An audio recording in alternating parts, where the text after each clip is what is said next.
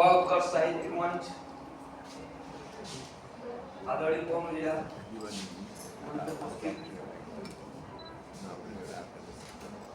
वरिष्ठ सबका नाम नहीं पता है इसमें क्षमा प्रार्थी और गाजीपुर की धरती से आप सबका प्रणाम करना है। रोहतास मेरा कार्यस्थल है। साहित्य लिखने की प्रेरणा मिली कहाँ से, साहित्य लिखा किसके लिए जाता है, क्यों जाता है, ये तमाम सवाल आते हैं। बचपन में जितनी हम लोग पत्रिकाएं पढ़ते थे आज वो नहीं देखने के लिए ना के बराबर मिलती है। एक दौर आया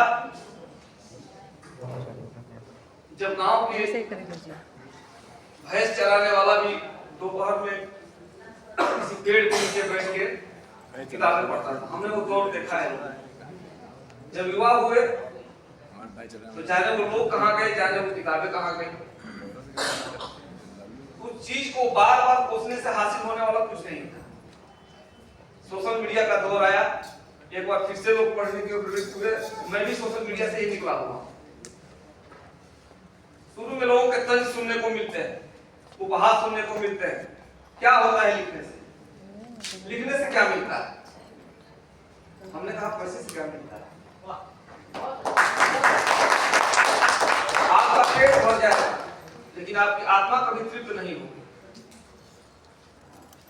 आज जितना संवेदनहीन समाज है उसके लिए जिम्मेवार कौन है? हम ही लोग हैं ना। कोई आसमान सुधरा हुआ कोई उसके लिए जिम्मेवार नहीं, जिम्मेवार हम लोग। और उसका मूल कारण है कि हमने अपनी सहजता खो दी, हमने मुखौटे लगा लिए। साहित्य से जितना दूर होंगे संवेदनाएं उतनी मरेगी। और जिस समाज की संवेदनाएं मर जाती हैं वो रोबोट होता है, इंसान नहीं होता। मुझे याद आ रहा है कोरोना काल का समय था। मध्य प्रदेश के एक मित्र जुड़े थे हमारी लिस्ट में। उन्होंने मुझे मैसेज किया कि मैं आत्महत्या करने वाला हूं, मेरी जीने की इच्छा खत्म हो गई। हमने मैसेज देखा, हमने कहा कि आप पहले फोन कीजिए। नंबर दिए। शाम का समय था। मैं उन्होंने केवल एक लाइन लिखा था कि मेरा जो इकलौता पुत्र है वो असमय चला गया, उसकी शादी से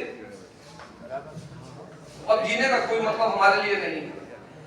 हमने फोन किया, वो खाना खा रहे थे और जब फोन गया तो फुट फुट के रो पड़े। हमने कहा पहले आप खा लीजिए।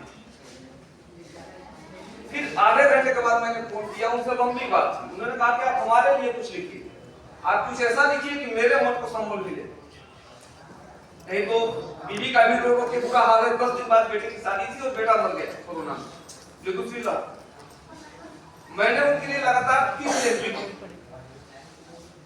3 लेख लिखे। उसके बाद कहे अब कुछ मन स्थिर हुआ, क्या मैं आपको कभी भी फोन कर सकता हूं? हमने कहा कभी भी फोन कर सकते हैं, दिन दोपहर रात कभी भी कर सकते हैं, एकदम निश्चिंत होकर कीजिएगा। उनके लिए कई लेख हमने लिखे। अब जब बात होती है तो कहते हैं कि मैं आपकी वजह से जिंदा हूं। मेरी वजह से जिंदा नहीं है, वो मेरा राम की वजह से जिंदा है। राम को चुना, मैं केवल एक साधन हूं, मेरा कुछ नहीं है। मुझे गढ़ा है मेरे पूर्वजों ने, मेरे पिता ने, इस समाज में। और नियति को जो करवाना है उसके लिए उसने मुझे चुना, मेरा कुछ नहीं है। और रही सम्मान की बात, सम्मान से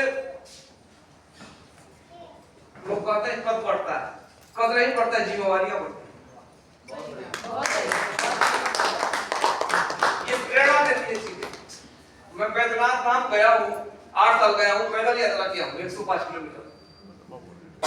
तो मेरी टोली में सारे बड़े लोग थे, मैं उनमें सबसे छोटा था।